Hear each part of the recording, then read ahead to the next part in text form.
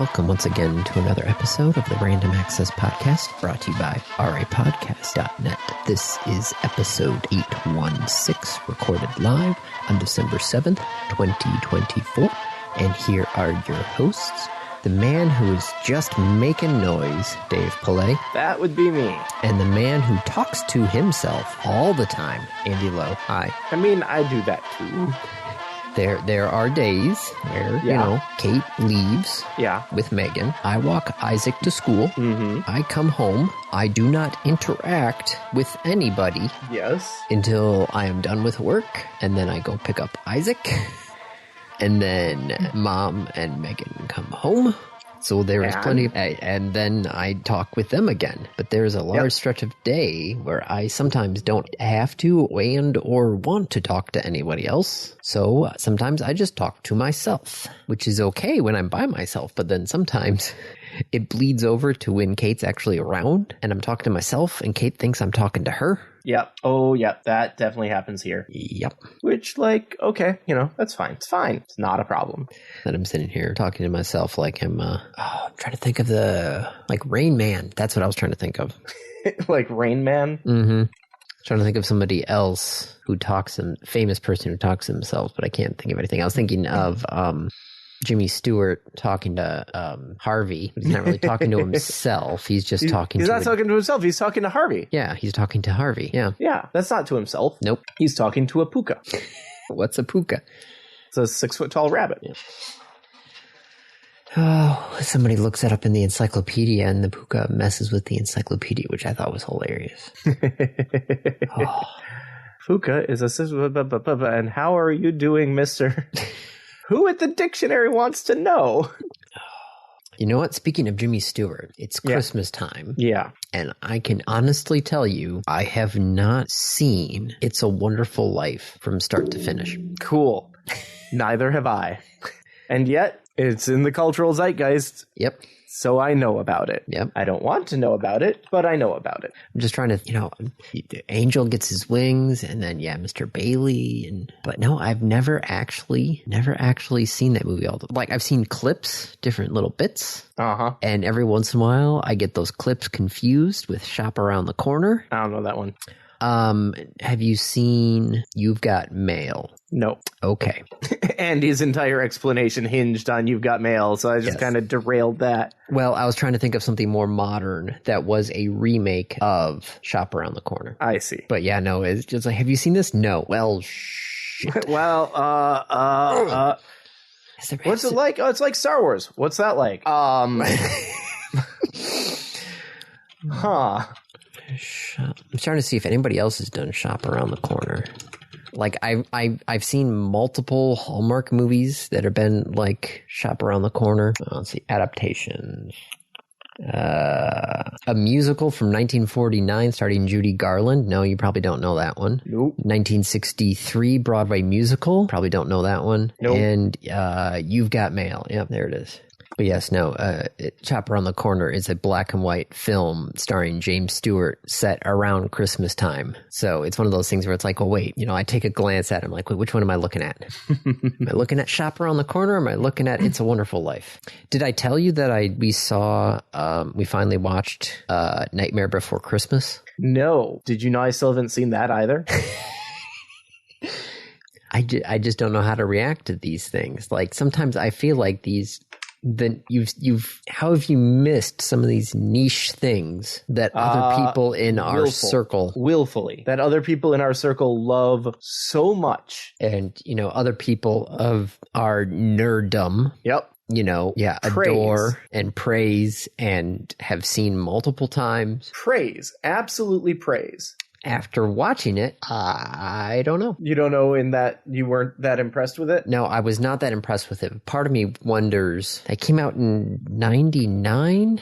Is there a little nostalgia going on there? Well, I'm kind of wondering. Oh, no, it actually came out in 93. I'm just trying to wonder what other stop motion and, the other stop motion films, like, what was it level of it like at the time?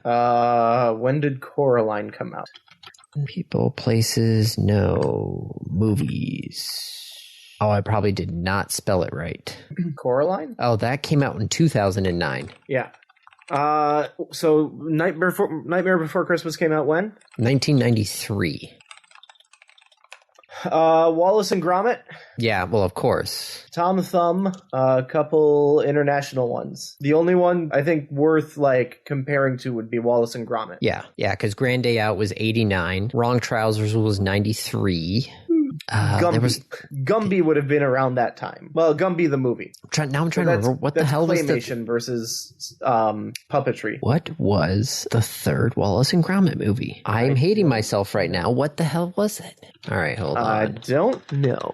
I have. I'm not sure if it's literally right next to me still or not. I don't see it. I swear I literally have like the complete Wallace and Gromit collection because Kate got it for me this year. Because every year on New Year's Day, I would always get up before Kate did. I would come downstairs, and my New Year's Day tradition would be watching A Grand Day Out as my first thing to watch for the year. Loved Wallace and Gromit. A Grand Day, A Close Shave. That was the third one. Okay. That was the third one. Yeah, with Preston the dog. Okay. Was that the evil dog? Yes, that's the evil dog. Okay. Hey, come on. I knew that. Yeah. There's actually one that just came out too. Full-length sequel to The Wrong Trousers actually just came out. Premiered October 27th, 2024. Oh, it's coming out on Netflix January 3rd next year. Well, wonder if I can convince the kids to watch The Wrong Trousers. Yeah, watch The Wrong Trousers, and then I can spin it into watching the new one. I love that you're like trying to con your kids into watching something. You're like, I want to watch this. I wonder if I can convince my kids that they want to watch it too. Yes. Well, both of them, for a period, liked Shaun the Sheep, which was done. Yeah, that's done by the same. It's done by the same guys. So Shaun the Sheep. Shaun the Sheep. Yes. Yeah. Oh man, I gotta watch Farmageddon at some point too. I just gotta make a list of these movies as I relive childhood through my own children. Right. You're just like forcing. I mean, all parents do it. Yeah. There's one reason only that I know as much Gilbert and Sullivan as I do. Yep. If I had kids, they'd be falling asleep to like the Mario water theme every night. Yeah, no, I could see that, definitely. Right, it's a great lullaby. Yeah, no, I agree. You're not going to get an argument out of me. Oh, it's just really weird when, your kids get into something entirely on their own, i.e. Pokemon, and you're like, how did that happen? Where did you find that? You! I learned it from watching you! Like, yes, I know Pokemon. How do you know Pokemon? How do you have a Pokemon trading card? What the heck is this? It's crazy. Anyway, I don't know where to go from there. Well, I was going to try and swing into Pokemon Pocket again. Oh, sure. Again, more Pokemon Pocket. Yes, because it has been 1 month since it was released worldwide. Yes. For a moment there, I thought you were going to say it's been 1 week since you looked at me. Threw your arms aside. It's such a 5 days since you laughed at me. Still got the rug burns on both my knees. It's been 1 week. I used to know that entire thing, and trying to sing that was fine until you get into the golf club line. I don't know the original song. I literally only know the Weird Al rendition. It's been 1 week since we got to see Cheatin' Lovers with Cousins That Marry. It's his Jerry Springer one, right? Yep. 5 days since they had the show with Hermaphrodite, the Slut, and the Crack Hoe. You see, I just thought you knew Bare Naked Ladies, but anyway. No, I know the Weird Al song. You see, this is the thing. Is like, I think know. I know of Bare Naked Lady. Like, I know they're a band. I know they made that song. I know that song is not Weird Al's original song. And of course, Kate walks in at the perfect time. Of I Know Bare Naked Ladies? Yes, that's all she heard. She's like, I don't know what's going on. I know of Bare Naked Ladies. Yeah. All right, so Pokemon Pocket worldwide launch on October 30th. Okay. According to Pocket Gamer, A reputable source. Well, if ever there were one. It's close to because, Apple and Google and, well, those are the only two mobile platforms really, aren't really, because this isn't available on Amazon. Mm-hmm. They're not really forthcoming with, most of their data. They so far have reached $208 million in revenue. 208 million. 208 million in a month. In a month. 208 million. Yes. Well, fuck. I don't like that. Mm-hmm. Which part of me was like, how? But then I see people with the fancy cards, and I'm just like, yeah. Spending lots of money. Yes, which is kind of hilarious though, because you can only buy, I think you can only spend a certain amount of Poke Gold, which is the, what you actually spend real money on. You can only spend so much Poke Gold per day. Yeah. Like they cut you off after a point. They're saying, nope, you can't spend Poke Gold on hourglasses. I think once you reach like 500 Poke Gold or something like that. But yes, no, even with But do they cut you off on if I get cut off there, am I also cut off on, say, Wonder Trades? That part I don't know. Let's see. Oh, the maximum amount of Poke Gold you can have is 3,600. So you actually can't have more than 3,600 Poke Gold at a time. But I can get 3,600, spend it all on various things. Yes. You cannot spend 720 gold per day on packs. I don't know if that's Wonder countdowns as well. Oh, I think this one says you can spend a maximum of 720 Poke Gold per day in the game. So maybe that's just in total. I mean, that would be nice, if true. 720 Poke Gold per day. How much is that money-wise? Let's just see. I'm going to hop into the store here for a second. Purchase Poke Gold. Let's see. 500 Poke Gold is $100. No more than 720 Poke Gold can be used per day to reduce the time to open packs, but it doesn't say anything about Wonder Picks. Let's see if somebody's got Wonder Picks. It does not say. So, Andy, what I need you to do... spend an ungodly amount of money on a game that is already making a huge amount of money. Let's see. Japan is the game's biggest market. No surprise. Shocker. Yep.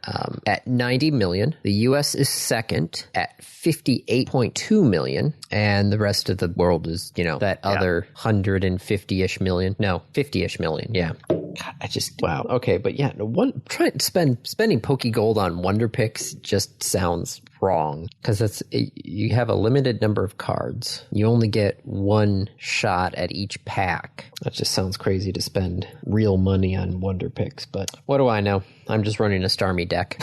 Are you still playing or no? Not really. It did not draw me in. My game time on my phone has been going to an old game that I'd rather not talk about, and or Pokemon Go. I'm currently working my way through level 47. Oh yeah, because Pokemon Go at the higher levels, you have like quests in order to level up, don't you? Receive 10 souvenirs from your buddy. Earn 300 hearts with your buddy. Walk 200 kilometers with your buddy. Oof. Walk 25 kilometers in 1 week using Adventure Sync 8 times. Which means there is a minimum of 8 weeks to get through level 47. And that's just do you still need to like get an XP gain too or no? Oh yeah. Oh jeez. It's 21 million XP. What level are you now, Andy? I don't know. I haven't touched Pogo in a while. Oh, have we stopped playing Pokemon Go? Well, because Isaac has stopped playing Pokemon Go once he found out about Pocket. Ah. Because he likes the cards. Because they look like the actual cards. Yes. And he gets the fun of opening a pack without me spending, $5 on a pack of cards. And he's not like old enough to to understand raiding or power spots to do the advanced stuff in Pokemon Go. Pokemon Go has got to be a pretty boring thing for him. Well, that, and also, we have to travel somewhere to really play Pokemon Go. That's true. Because our neighborhood is kind of, it's getting a little bit better. There's a couple of little libraries that have popped up as Pokestops. Yeah. But the nearest gym for us, let me just do a quick Google map here. I'd like to walk to the swim club from here. Walking, it is 12-minute walk. It's a 12-minute walk to get to the one gym that is... Isn't it a gym by the swim? Oh, those are just Pokestops? The gym's up at the bike path? Oh, yeah. One by the church, one by the bike path. Okay, so let me just move myself. Church is... 19 minutes. 19 minutes to walk to the church. And then there's another couple of gyms on the bike path up there, which... I literally saw somebody at one point biking with Pokemon Go on their phone on the handlebars. Spinning as they went. Yep. Which would make sense because, every single mile marker on the bike path is a Pokestop. That's nice. Yeah. But no, it takes 20 minutes to even just get somewhere to do something outside of just having your daily incense. Yep. And here, you can just open up a pack and be like, hey, look at this. I got myself a cards. Get that dopamine rush easy. Yes. I mean, at least, that's a good thing, I suppose. Yeah. I suppose. Yeah, no, 200 million in a month is just... That's so much money. I wonder how that compares to how the other games started. Like Pokemon Go? I do wonder how much Pokemon Go made in a month. Does your Pocket whatever website tell you? Let's see. It is the third highest grossing game behind Pokemon Go and Pokemon Masters EX. Let's see. Pokemon Go generated an estimate $566 million in 2023. Do you want to guess how much it's made in the 8 years it's been around? Pokemon Go? Yeah. Well, according to Google's AI, approximately $8 billion in gross and 5.5 in net. Yes, that is correct. $5.5 billion net. By the end of the first year, it was $786.5 million. Net. They have made $5 billion after paying for the server and the programmers and the QAers and the community managers and their CEO. Oh, it made so it rolled out, if I'm looking at this chart right, rolled out in July, right? 2016. Yeah. By the end of 2016, so not even the full fiscal year, just 6 months, 786 million in revenue in 6 months. So so they're talking about the mobile hit averaged $6.5 million a day. $6.5 million a day. That's so much money. Peaked at 8.4 million a day. That is it's crazy. But yeah, no, I'm Isaac. It's funny because he likes opening the packs, and he's like, "Okay, is there anything else for me to do now?" I'm like, "Well, do you want to do any of the battles?" And he's like, "No." I'm like, No. "Okay, then there's nothing else for you to do. Just hand me my phone back. I'll battle for you. Get you some hourglasses." The only way he's going to learn, Andy, is by doing it. Well, he also didn't realize that he had spent all his Pokegold. Because you Why won't it let me buy more? You get a Pokegold, I think, or a couple Pokegold for going up in a level. So he had a couple in the bank, and then he just used them all up chasing some Wonder Picks. And I'm just like, well, okay, that's it. You gambled. Yep. Gambled and you lost. And he's looking at me. He's like, why do you have 493 hourglasses? And I'm like, because I'm waiting for the next pack to come out. Oh, and you're just going to spam it? Probably. Might as well, knock that all out right away. See, if a game has you come to terms with it, if you use the phrase, might as well knock that out, is it really a game at that point? Yes. Because I am not making it anything more than that. It's still a game. It's like, okay, I'm sitting here just opening packs every 12 hours, just trying to get my stupid Venusaur EX. And it's like, well, if I'm going to be able to get a whole bunch of brand new cards, do I waste the hourglasses now trying to chase a handful of cards, or do I just, as soon as a whole bunch of new cards come out, just spam all those packs? I don't know, but I'm also just trying to teach him to, save and wait. Good things to know and to be able to do. Yes. Well, let's see. What else do we got? There's a couple other video game video game news on here. There was a report done by Media Research that concluded that gamers typically spend 7.5 hours a week gaming and spend 8.5 hours a week watching game-related videos. So people are spending more time watching videos about gaming than playing games themselves. Does that sound right to you or no? I mean, Twitch. Like, that's the entire industry of Twitch and streaming and YouTube. Oh, yeah. No, it's, I watch people doing Hearthstone, because then it's like, okay, that's how you're actually supposed to run this deck. Watching the people explain the stats on, pull rates for Pokemon Pocket, and when you should, use this, and when you should, switch over to another pack or Wonder Pulls and that sort of stuff. So that kind of makes sense when more I think about it. The first time I heard it, I was like, really? People are watching more about playing games than actually playing the games. But it all depends on the host. There are some pretty interesting people out there. There's a lot of Twitch streams and other videos that I've seen. I'm just like, no, why are you doing this? Especially some of the Minecraft people. It's just like, no, just stop. You're not interesting. Some people are interesting. You're not. And some people, I will say, like, I'm part of this. I watch a lot of videos about gaming, and I disagree with a lot of them. I don't know if that's me or if it's them. I don't know. But there was also a survey done of students in the UK between ages 16 and 27. They were surveyed, and 40% are considering video game-related fields, with 58% believing that esports is more accessible as a career than in fields such as law and engineering. Say that again. 58% of those who responded to this survey believe that getting into esports is more accessible as a career than fields such as law and engineering. Well, because anyone with a computer can start practicing esports. That's true, yeah. What does it take to attempt to be a lawyer? Lots of work. And money. Yeah. Debt. Mm-hmm. Yeah. 36% said that there were financial barriers and unclear career pathways for getting into some of those things. Yeah. They also believe that 75% of the students advocate for the integration of esports into the school curriculum. Well, of course. If somebody came to me and said, hey, do you want to play StarCraft for school? I would have said, okay. I mean, we did play StarCraft after school. We played it after school on the school network. We didn't play it for school. Mm-mm.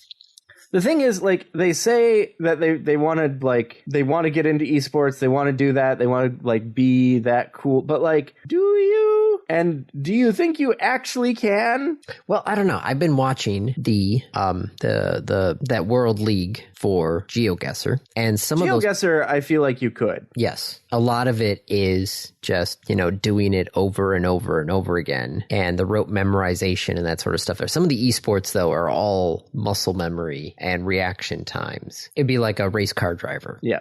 It's like, yes, you can put a lot of people behind the wheel of a race car. Not all of them are going to do well. The one thing I do have to say, though, is I looked at who commissioned this. It was commissioned by Tencent in collaboration with the British Esports Federation. Okay, well, maybe we don't take that at Phil face value. That yeah, it's like, this is an interesting study, and I looked, it's like brought to you by Tencent in collaboration with the British Esports Federation. Well, that's a little suspicious, just a hair suspicious. Yeah. I don't. Okay, that makes a lot more sense that it's from Tencent, because I'm like, but do people not understand how hard it is? And like saying that you could break into esports but easier than you could be a lawyer is like saying you could break into the NFL being easier than being a lawyer. Yes. Like, yeah, it doesn't take as much money. That's true. It does not take as much money, but like, it's still hard. It's still grueling, and you still have to be insanely good and insanely lucky. Well, that was I can tangentially relate to that because I wanted to be, a radio DJ. Yeah. Growing up. And I thought, hey, all I got to do is, I'll cut a demo tape. I'll, meet the right person. I'll be in like Flynn, no problem. And then I go to that first MAB conference and I realized I'm a very small fish in a very, big pond with hundreds of other small fish. Thousands. And I'm sitting there going like, yeah, no. And everybody else there thinks that they're hot shit. It's just nobody is doing this because they think, I'm okay, I'm not great. And then you think of things like YouTube and other things like that. You're like, yeah, no, that's going down that same path. It's like, yes, YouTube is a very big pond. It's an even bigger pond with even smaller fish. Yes. All right, let's see what else we got here.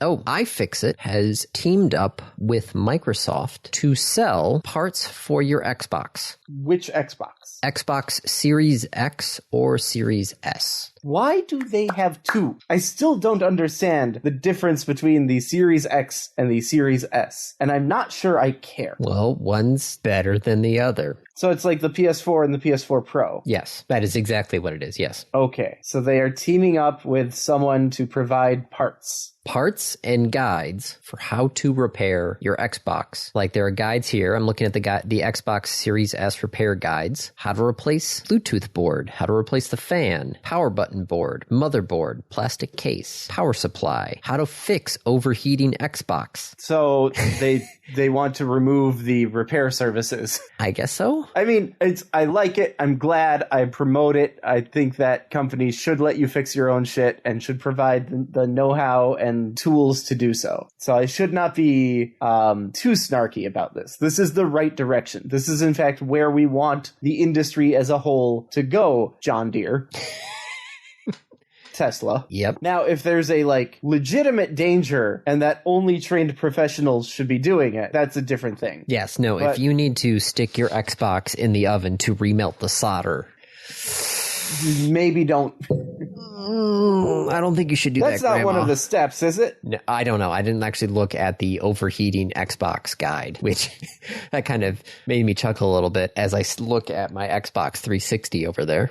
That has somehow not red ringed. Yes. Well, this is the knock on wood. This is the second one. The first one did red ring. This is the second one. Thank you, Big Red, for that.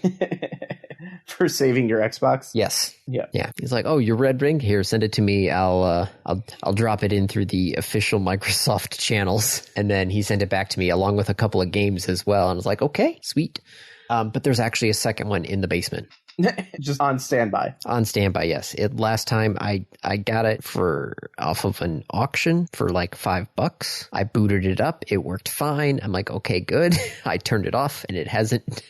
It's just been sitting there since. Which means it might not boot fine the next time it boots. Yes, no, I see that. I realize that. But granted, the number of games that are out there for the 360 are dwindling. Because the discs are getting thrown out, damaged? Well, the servers are going offline? Well, yes, the servers are going offline.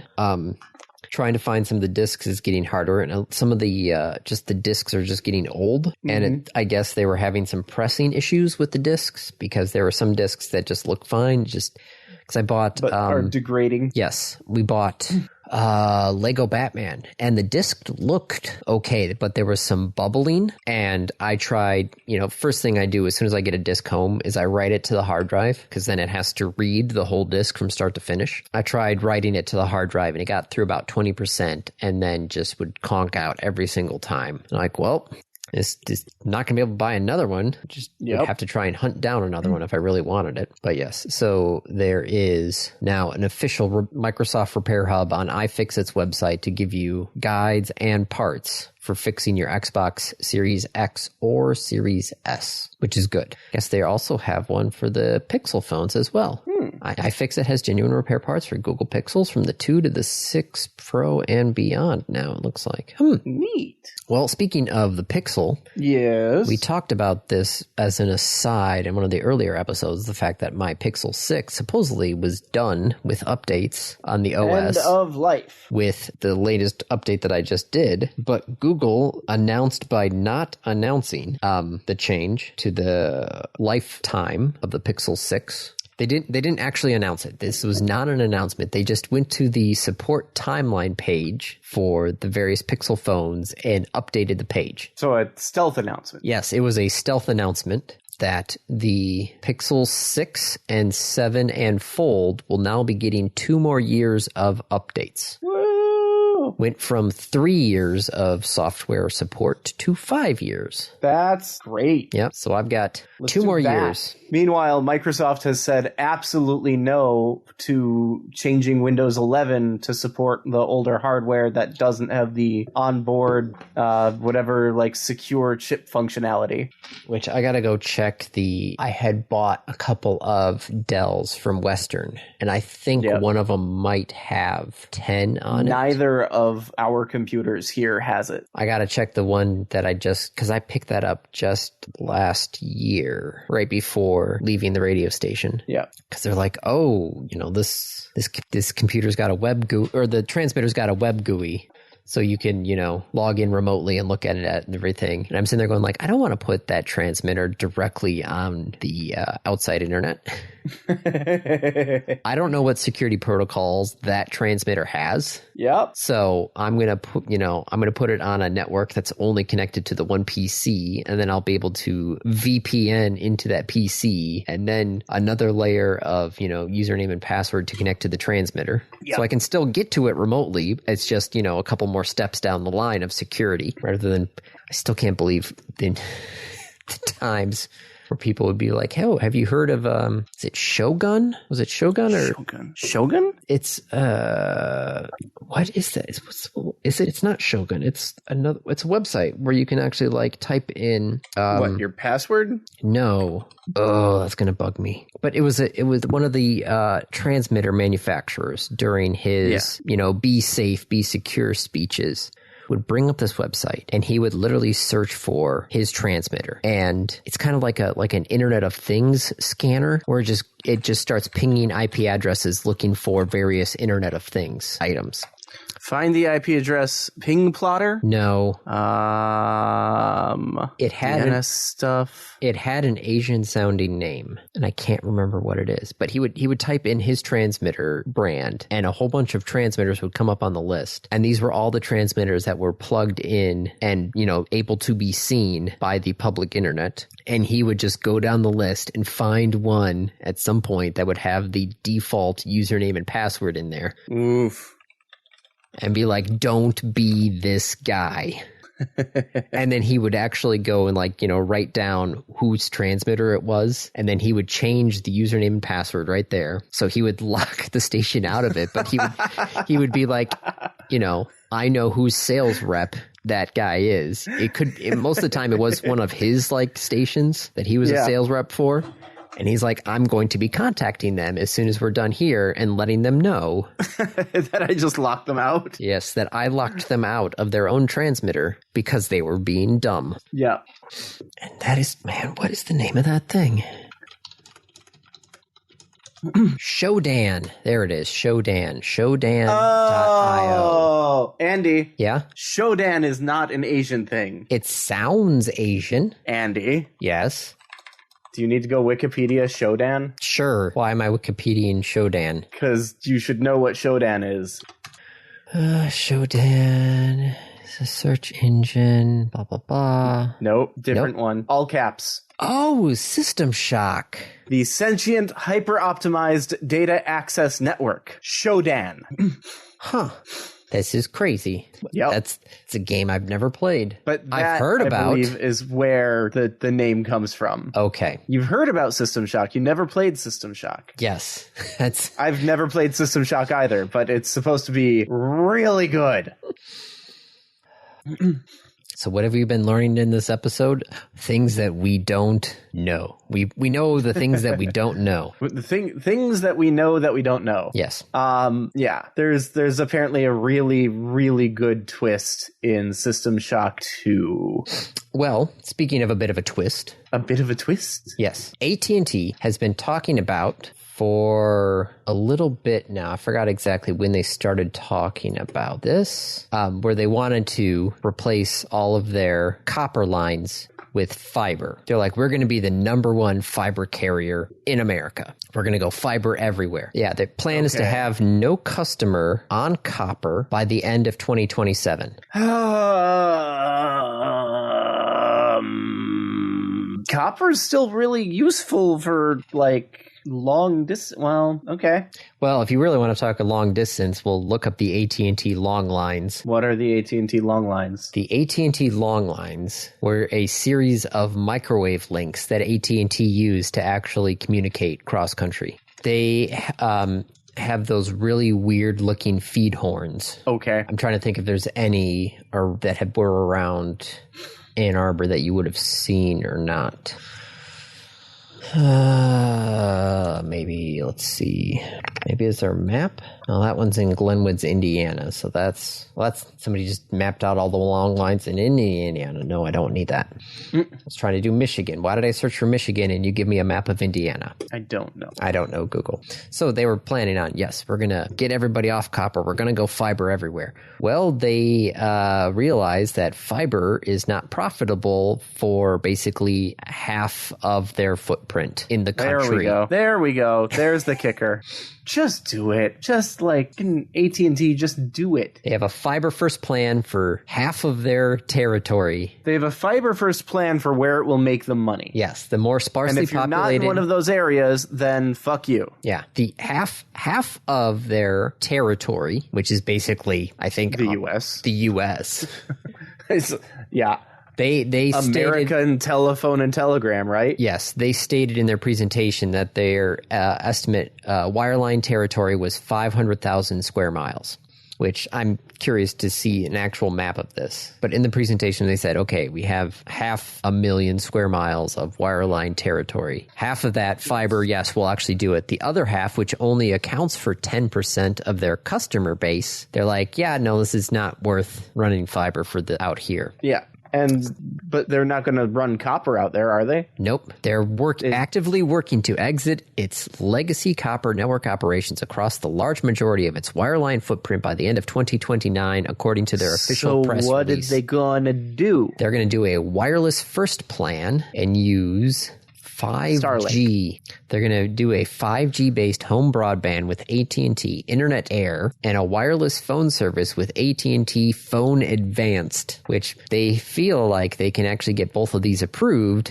With the new, we are going to work with the FCC to speed up and scale the approval process. And with the new administration, we are optimistic that we can make even more progress in simplifying our networks and migrating our customers over the next several years. Yep. Oh, there's going to be a lot more of that over the next 4 years, Andy. Yep. There's going to be a lot more of that over the next 4 years.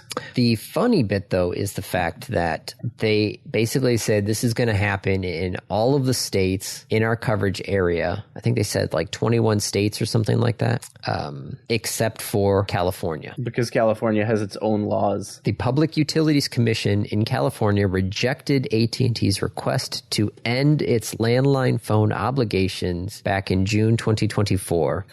And said, no. Yes. If there's an earthquake, we need a goddamn phone. Yes. AT&T is still classified as a carrier of last resort in California, and the state telecom agency rejected AT&T's argument that VoIP and mobile services could fill the gap that would exist if AT&T escaped the obligation. God, they don't even...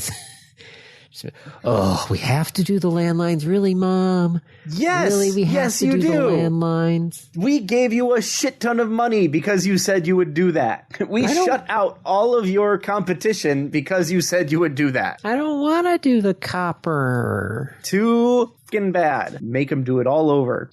God damn AT&T. Mm-hmm. All right. What else we got? I heard something about going to the moon, Andy. Yes. So, 2 years ago, literally, I can't believe it was 2 years ago, the Orion spacecraft in Artemis 1 did its flight around the moon and came back and landed. Yep. Which it seemed to be working fine until NASA actually took a closer look at the Orion spacecraft and said, why does your heat shield look like a pothole-stricken road? There were just huge chunks of the heat shield just gone. Didn't we learn with which one was it? Was that Endeavor? Endeavor survived. Columbia. Didn't we learn with Columbia that like heat shields are important? Yeah. And need to be maintained? Yes. So pot-marked and cracked heat shield. God damn it. NASA said, well, we need to look into this. So spent 2 years looking into this heat shield. Yep. And came out and said, well, we are going to move forward with the current Artemis 2 capsule and heat shield with a modified entry trajectory and everything will be okay. And people are like, if we just come in a little less steep. Well, or a little more steep. It's hard to tell. What happened was, and this is all just from the press release, because for some reason, NASA has not actually released the report on this. Okay. So they did a 2-year study, and they just held a press conference basically saying the results of the report, but didn't actually release the report, which a lot of people are like, really? That's a little sketch. Were you just coming back going, oh yeah, no, we looked into this. If we just tweak something here, everything should be fine. And they're like, but how did you come to that decision? Can we see the numbers, please? And they haven't released the numbers. Oh, there you are. Never mind. You disappeared for like 10 seconds and then came back very quickly. Well, everything was fine on my end. I don't know what you're talking about. Yeah. So what happened was with Artemis 1, it did like a skip maneuver. It came in for a bit as like a first break, and then skipped back out and then came back in a second time for the actual landing process. And it turns out that heating and cooling cracked the heat. Yes, caused gases to basically get trapped inside the heat shield, and had expansion and contraction happened and caused the heat shield to basically pop in several locations. So they are going to modify the return trajectory so that it doesn't do that. Yes. They said they just tried the heat shield basically all the way up to a really hot temperature once and just kept it there, and they didn't do any sort of heating, cooling sort of thing. Wait. Isn't that what happened with Apollo? I don't know. With Apollo 13, the heat sensor in the oxygen tank 2 or 3, whichever tank blew. It was oxygen tank 2. I don't think it was a heating and cooling thing. It was a test that they ran at the beginning prior to launch, and they like overvolted the heating element, and it cooked off the insulation. Oh. How do you not? You know way more about Apollo 13 than I do. I know about the whole after the explosion. You don't know what caused the explosion. Well, I know it was the oxygen tank that caused the exploded. I thought it was a pressure thing though. I didn't know it was an actual. No. Here, let me go find what the review board found. I thought it was just a pressure thing there where the rapid heating and cooling of the liquid oxygen in there caused rapid expansion, which caused the tank to blow. No, it blew because there was a spark in oxygen. Well, yes, a spark in oxygen would cause an explosion. Yes. Damaged insulation around the electrical components of the second oxygen tank caused an electrical short that led to the explosion. Okay. Which ignited the pure oxygen environment and caused a rapid pressure buildup, leading the tank rupturing. Okay. Where was the... Hang on. Caused by dropping the tank during manufacturing? Yeah. During pre-flight testing, tank number 2 showed anomalies and would not empty correctly, possibly due to the damaged fill line. Heaters in the tanks were normally used for very short periods to heat the interior slightly. It was decided to use the heater to boil off excess oxygen, requiring 8 hours of 65-volt DC power. Damaged the thermostatically controlled switches on the heater, designed only for 28 volts. The switches welded shut, allowing the temperature within the tank to rise locally to over 1,000 degrees. Oh, jeez. The gauges were only designed to measure up to 80 Fahrenheit. So because the gauge maxed out at 80... They couldn't tell how hot they got. It's not, like in a cartoon where it hits the 80 and then it keeps going, right? It hit 80 and that's it. So they didn't know how hot it was. The high temperature emptied the tank, but also resulted in serious damage to the Teflon insulation and the electrical wires. So when they turned on the fan to stir it, it sparked and shorted and sparked, and then ignited and blew up. Okay. So not quite heating and cooling, but oops. So they didn't test the heat shield for that heat and cool and heat again. They just tested for pure heat. Yep. And once I'm sure they also didn't test it like for that heat in a wind tunnel where like the pressure hitting it is super high, probably forcing gas under it where it wouldn't normally go. Yes. Yeah. So, afterwards, testing, including in wind tunnels and high temperature arc jet chambers, allowed them to recreate the actual return entry profile and watched it happen. They're like, oh, it's flaking off. Oh, oops. God damn it. Andy, what's the chances that NASA's like that we're actually going to go back to the moon?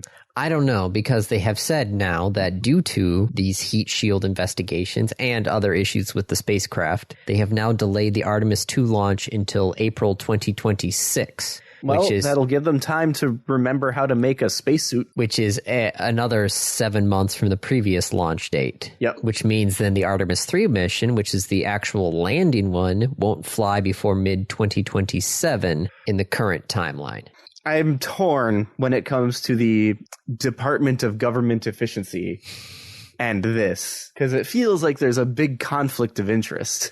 Well, I can absolutely see Elon Musk saying, no, we should shut this down. But because it's a competitor or because it's a waste of money? Well, the real question is going to be the next NASA administrator for the Trump administration. He did pick an astronaut, I think, right? Sort of. Jared Isaacman, which is a name we've talked about before because he was the one who did those Dragon, the private space flight on the Dragon. He was the one who did that spacewalk, quote unquote, where he stuck his head out. Basically, just stuck his. And he said, "Look, I'm in space," and then came back in. Yes. Okay, so when we say astronaut, we don't mean like a NASA astronaut. No, private astronaut. He was a private astronaut. Yes.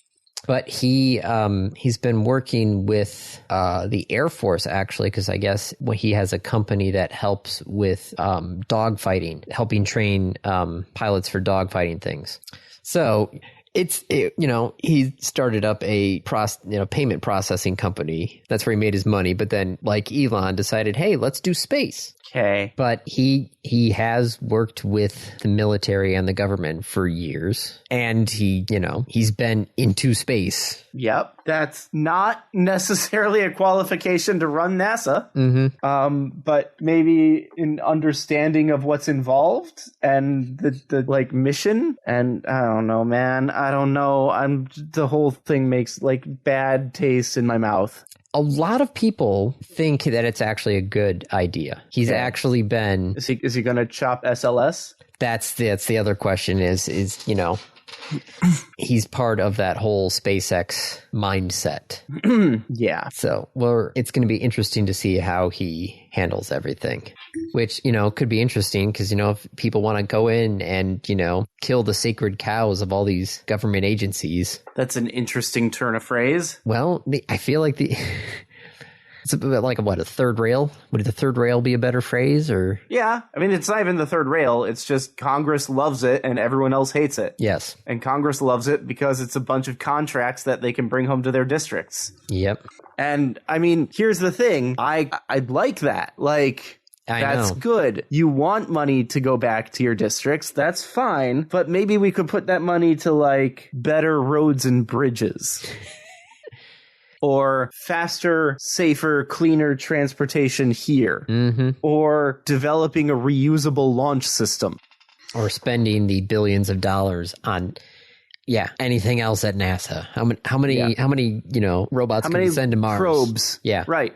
Now, that said, I will say my dream of privatizing SpaceX, I don't think this is happening.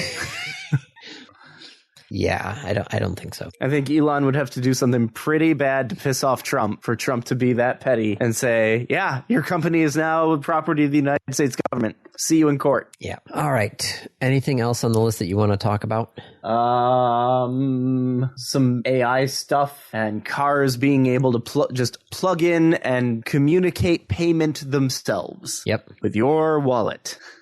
I mean, on the face of it, that sounds like a great feature, right? If I can roll up to the gas pump and by putting the pump into the car, the car authorizes payment and says, yes, fill me up. But there's just, it's something about it feels weird. Well, the SAE has been talking about this for a few years, and they have a lot of public-private encryption stuff that they're designing. Good.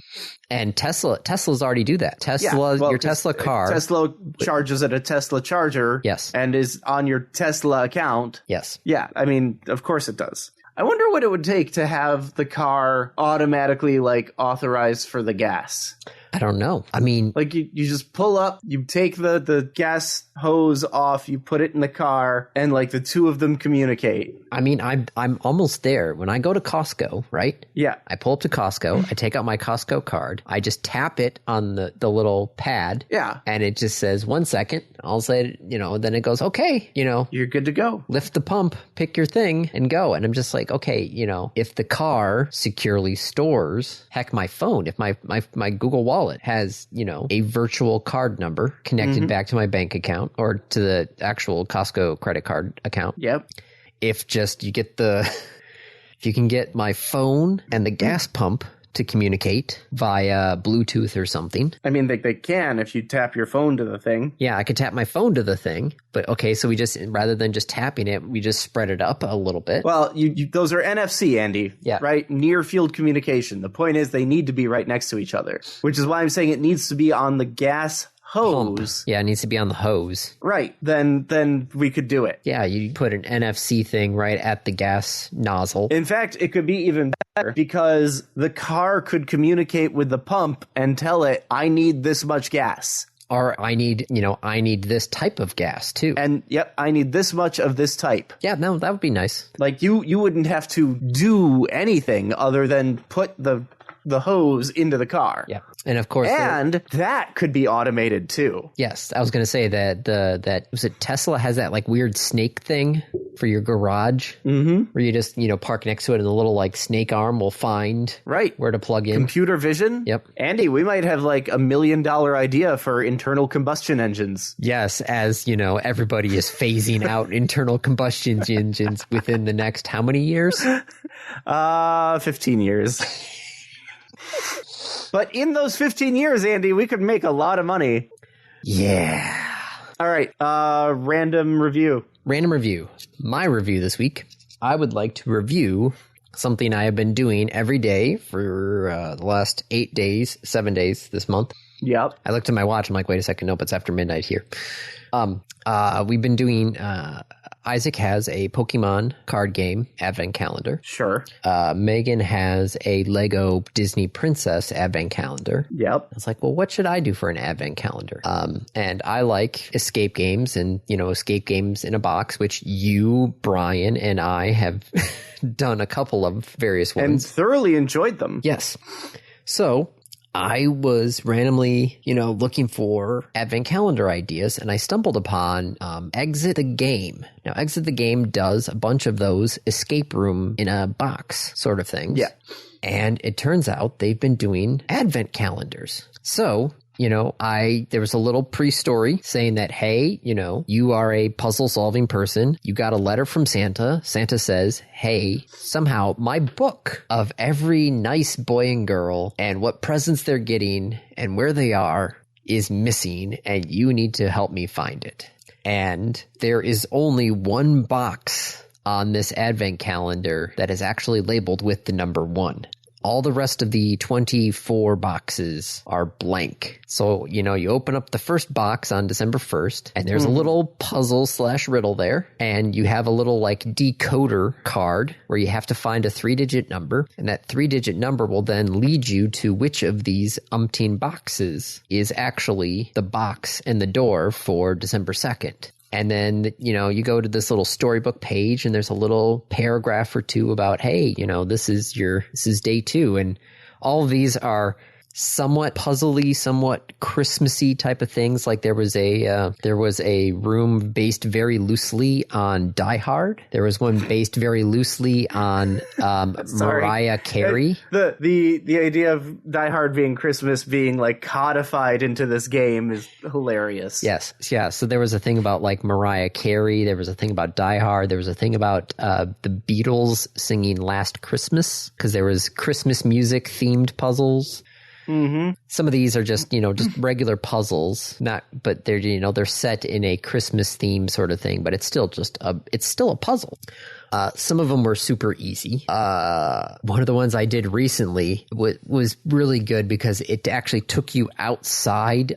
You literally had to go outside of the box that it came in to solve it. It was all there, but it was one of those things where it's like you had to literally think outside the box.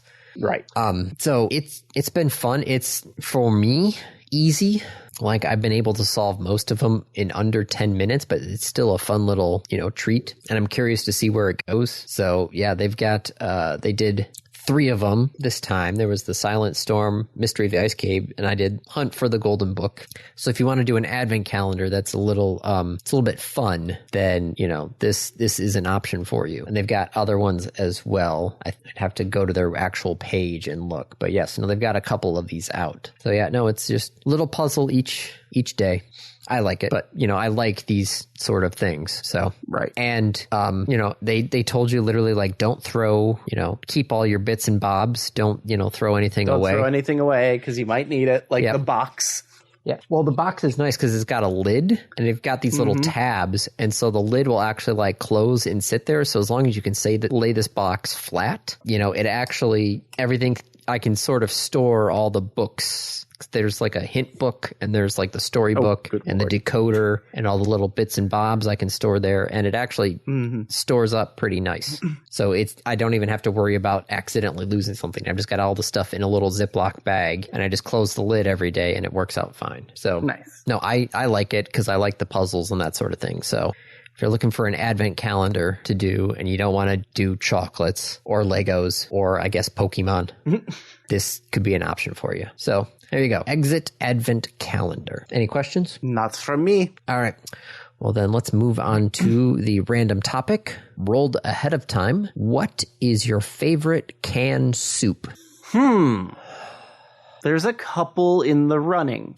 The one that always brings back childhood memories to me is Campbell's cream of mushroom soup condensed. The condensed cream of mushroom soup. That always brings back childhood memories to me. Positive ones? Well, yes, because that is one of the key ingredients in our stroganoff. Our macaroni. We call it what? I don't know what we called it. It was macaroni. It's 2 boxes of macaroni, a can of tuna, a can of peas, and a can of cream of mushroom condensed soup. Okay, that sounds like torture. Mac and cheese, tuna, and peas, I think is what we always called it. Okay. And we just made like a big batch of that for the family sometimes. And that was always, that sounds so disgusting. I'm sorry. I know it's childhood memories and I'm sure you love, oh God.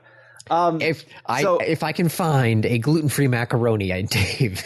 I have gluten-free macaroni. There is no way in hell I'm making that. Also, the Campbell's condensed cream of mushroom, the last time I checked, has wheat. Oh, well, that won't work then. Because the last time I checked, every Campbell's soup had wheat. Oh.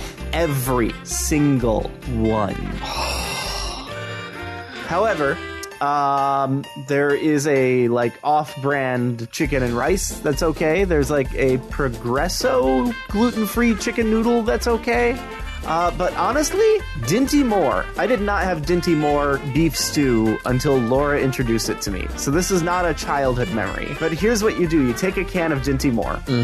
You cook it on the stovetop. Yep. You add like a teaspoon of tomato paste. You add some red wine. And you add a couple spices. And it's delicious. Like, the soup itself, it's fine. But like the soup spiced up and like leveled up, yum. But that's not a soup, that's a stew. Which is a subcategory of soup. Don't you dare, sir. Hey, you were the one who said coffee was a chili. Coffee is a chili. Vanilla latte, the vanilla mocha latte is a 3-bean chili. But yeah, no, Dinty Moore beef stew, I never had it until I was in the Boy Scouts. And that was one of those easy to do dinners. You get that, and then you get somebody making some cornbread in a Dutch oven. Yep. And you can just sop it up with the cornbread. Oh. Now I want to go make cornbread and Dinty Moore stew. Thanks, Andy. I'm not sorry on that one, because that is, Especially, it's a nice fall day with the campfire, sitting around, just eating the stew with some cornbread. Yep. Oh. Yep, I have a cast iron skillet. I have probably cornmeal somewhere. I think I have a can of Dinty Moore stew. I know I've got some red wine. I do have to say, Dinty Moore is good. Progresso has been my recent canned soup choices. Laura just commented that if it's an iced vanilla mocha latte, it is a 3-bean chili. Which I love. All right, yeah, Dinty Moore, I think, is what I'm going to go with. All right. Well, on that news, that's a wrap. This has been another episode of the Random Access Podcast. If you have any questions, comments, concerns, corrections, suggestions, remarks, reviews, rebukes, retorts, or just rants, feel free to contact us. You can find us on Twitter at RAPodcast, or send us an email at mail@rapodcast.net. Thank you for listening.